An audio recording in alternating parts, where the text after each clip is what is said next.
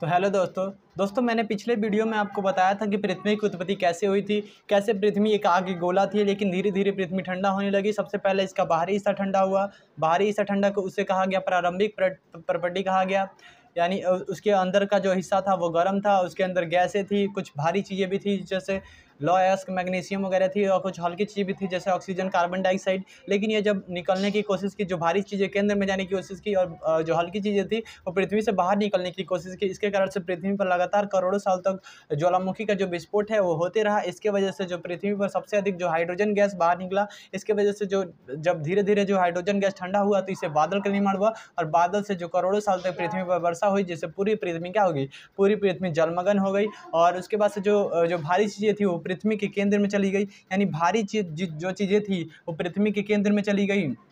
जैसे इस तरह से जो है पृथ्वी के केंद्र में चली गई, जैसे लोहा निकेल, यानी जो निकेल और जो लोहा है वो केंद्र में चली गई पृथ्वी की, जिसे कहा गया नीफे कहा गया। और जो यहाँ पर सिलिकॉन और मैग्नीशियम जो है इसके ऊपर हो गई, तो इसे कहा गया सीमा। और जो सबसे ऊपरी भाग हो गया उसे कहा गया क्रस्ट कहा गया। उसके बाद से प्रोफेसर स्विस नामक एक वैज्ञानिक आए थे, जिन्होंने इस नीफे का नाम बदल कर रख दिया कोर। नीफे का नाम बदल कर कोर रख दिया, और सीमा का नाम बदल कर रख दिया तो मेंटल रख दिया। और जो ऊपरी वाला हिस्सा था क्रस्ट, इसका नाम अभी भी क्या है, अभी भी इसका नाम क्रस्ट ही है। इसके बाद ये सब चीज़ें हमने जो पिछले जो ज्योग्राफी की क्लास है उसमें हमने बता दिया था। लेकिन आज हम अफ्रीका के बारे में पढ़ेंगे। यानी आज हम पढ़ेंगे तो अफ्रीका के कुछ हिस्सों के बारे में पढ़ेंगे। यानी अफ्रीका के बारे में पढ़ेंगे। अफ्रीका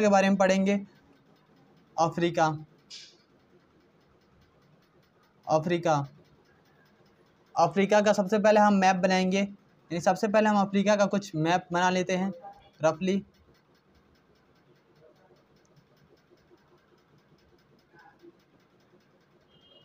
अफ्रीका हो गया। अफ्रीका के पास दुनिया का चौथा सबसे बड़ा महाद्वीप है, जिसका नाम है मेडागास्कर द्वीप। मेडागास्कर द्वीप है। यानी अफ्रीका के पास दुनिया का चौथा सबसे बड़ा द्वीप है, जिसका नाम है मेडागास्कर द्वीप। और मेडागास्कर द्वीप को कौन सा चैनल अलग करता है, तो मोजाम्बिक चैनल अलग करता है।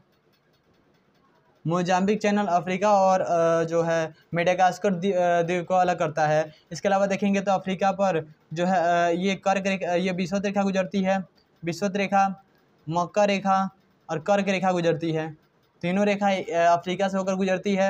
यानी कर्क रेखा, विषुवत रेखा और मकर रेखा गुजरती है। और कर्क रेखा के जस्ट ऊपर आ जाता है तो 30 डिग्री उत्तरी अक्षांश आ जाता है, यानी 30 डिग्री नॉर्थ अक्षांश। और मकर रेखा के जस्ट नीचे जो है 30 डिग्री दक्षिणी अक्षांश आ जाता है, यानी 30 डिग्री साउथ अक्षांश आ जाता है। और हम जानते हैं कि 30 डिग्री उत्तरी अक्षांश और 30 डिग्री दक्षिणी अक्षांश के बीच में जितने भी गर्म मरुस्थल आते हैं वो महाद्वीपों के पश्चिम में होते हैं। यानी 30 डिग्री उत्तरी अक्षांश और 30 डिग्री दक्षिणी अक्षांश के बीच में जितने भी मरुस्थल आ जाते हैं, गर्म मरुस्थल आ जाते हैं, वो महाद्वीपों के पश्चिम में होते हैं। यूपीएससी में भी ये क्वेश्चन पूछता है कि 30 डिग्री उत्तरी अक्षांश और 30 डिग्री दक्षिणी अक्षांश के बीच आने वाले जितने भी गर्म मरुस्थल होते हैं वो महाद्वीपों के पश्चिम में क्यों होते हैं, ये सवाल हम आगे देखेंगे। लेकिन उससे पहले हम देखेंगे कि 30 डिग्री उत्तरी, हम जानते हैं कि 30 डिग्री उत्तरी अक्षांश 30 डिग्री दक्षिणी अक्षांश के बीच में जितने भी गर्म मरुस्थल होते हैं महाद्वीपों के पश्चिम में होते हैं। इस तरह से यहाँ पर देखेंगे तो यहाँ पर कौन सा मरुस्थल है, आप बता सकते हैं कि यहाँ पर सहारा मरुस्थल है। कौन सा मरुस्थल है, सहारा मरुस्थल, यानी सहारा डेजर्ट है। और यहाँ पर देखेंगे तो ये नामीबिया का मरुस्थल है, यानी नामीबिया डेजर्ट।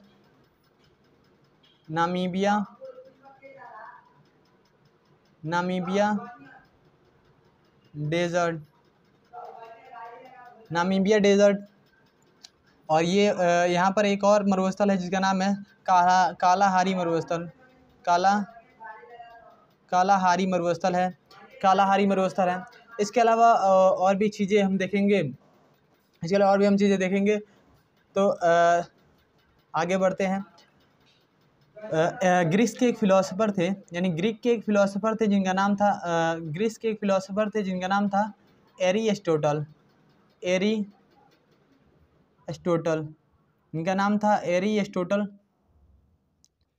एरिस्टोटल इनका नाम था, ग्रीक के फिलोसोफर थे जिनका नाम था एरिस्टोटल। एरिस्टोटल ने जब पूरे विश्व के वायुमंडल को अलग अलग वायुमंडलीय पेटियों में बांट दिया, उन्होंने पूरे विश्व के वायुमंडल को अलग अलग वायुमंडलीय पेटियों में बांटा था। उन्होंने कहा कि हम इसे सूर्य के आधार पर बांट रहे हैं। उन्होंने अलग अलग इसे वायुमंडलीय पेटियों में बांटा था। कैसे बांटा था? उन्होंने कहा कि हम इसे सूर्य के तापमान के आधार पर हम इसे बांट रहे हैं, क्योंकि जो पृथ्वी 23.5 डिग्री झुकी हुई है, इसलिए सूर्य का प्रकाश जो 30 डिग्री उत्तरी अक्षांश और 30 डिग्री दक्षिणी अक्षांश के बीच में जो है लंबवत पड़ता है, यानी लंबवत पड़ता है। इसलिए उन्होंने कहा कि यहाँ पर बहुत ज़्यादा गर्मी पड़ती है, इसलिए इसे कहा गया उष्णकटिबंध कहा गया। यानी ये विषुवत रेखा, ये कर्क रेखा है और ये मकर रेखा है, और ये 30 डिग्री उत्तरी अक्षांश, 30 डिग्री दक्षिणी अक्षांश है। और इसके अलावा देखेंगे तो ये 60 डिग्री है, ये 60 डिग्री है, और इसके अलावा ये देखेंगे तो ये भी क्या है, 60 डिग्री है। तो सूर्य का प्रकाश जो 30 डिग्री उत्तरी अक्षांश और 30 डिग्री दक्षिणी अक्षांश के बीच पड़ता है, वो लंबवत पड़ता है, इसलिए इसे कहा जाता है उष्णकटिबंध कहा जाता है। उसके अलावा जो 30 डिग्री से ऊपर जाता है उसे कहा जाता है शीतोष्ण कटिबंध कहा जाता है, और 60 डिग्री से जो ऊपर आता है उसे कहा जाता है शीत कटिबंध कहा जाता है, उसे कहा जाता है शीत कटिबंध कहा जाता है। यानी उष्ण कटिबंध, शीतोष्ण कटिबंध और जो है शीत कटिबंध कहा जाता है। तो उन्होंने कहा कि हम सूर्य के तापमान के आधार पर इसे बांट रहे हैं, और सेम वही चीज़ है यहाँ पर क्या हो जाएगी, यहाँ पर उष्ण कटिबंध, शीतोष्ण कटिबंध और शीत कटिबंध। यह क्या हो गया, शीत कटिबंध हो गया। इस तरह से जो कटिबंध है, इसी तरह से उन्होंने कहा कि हम इसे सूर्य के तापमान के आधार पर इसे बांट रहे हैं। उन्होंने इसलिए इसे जो सूर्य के तापमान के आधार पर उन्होंने इसे बांट दिया। उसके अलावा देखेंगे तो उसके अलावा हम देखेंगे तो पृथ्वी पर लगभग कितनी दाब पेटियां हैं, यानी कितनी दाब पेटियां हैं पृथ्वी पर? तो पृथ्वी पर कुल लगभग 7 दाब पेटियां हैं। 7 दाब पेटियां हैं। कैसे? High pressure, low pressure, high pressure, low pressure, high pressure, low pressure, high pressure, यानी 1 2 3 4 5 6 7, यानी 7 दाब पेटियां हैं पृथ्वी पर, कुल 7 दाब पेटियां हैं। और हवाएं हमेशा हाई प्रेशर से लो प्रेशर हवाएं जो है हमेशा हाई प्रेशर से लो प्रेशर की तरफ चलती है। और कोरियोलिस बल का सिद्धांत दिए थे, यानी कोरियोलिस बल का सिद्धांत दिए थे फेरल के। कौन दिए थे? फेरल दिए थे। और फेरल ने बताया था कि उत्तरी गोलार्ध में हवाएं दाएं तरफ मुड़ जाती है और दक्षिणी गोलार्ध में हवाएं बाएं तरफ मुड़ जाती हैं। यानी कोरियोलिस बल का सिद्धांत दिए थे फेरल ने बताया था कि उत्तरी गोलार्ध में हवाएं दाएं तरफ मुड़ जाती है, दक्षिणी गोलार्ध में हवाएं बाएं तरफ मुड़ जाती है। और इसी को देखकर हम मौसम और जो है और भी चीज़ें जो जैवमंडल है, बायोस्फीयर है, उसे हम पढ़ेंगे। तो जो जैसे ये हाई प्रेशर है, तो हाई प्रेशर से हवाएं कहाँ जाएगी? लो प्रेशर की तरफ, इस तरह जाएगी। ये हाई प्रेशर है तो हवाएं किस तरह जाएगी? लो प्रेशर की तरफ जाएगी, इधर जाएगी। इस तरह से हवाएं चलती है, और आगे हम देखेंगे। और आज के लिए बस इतना ही, और अगले वीडियो में हम देखेंगे। मिलते हैं अगले वीडियो में, तब तक के लिए जय हिंद।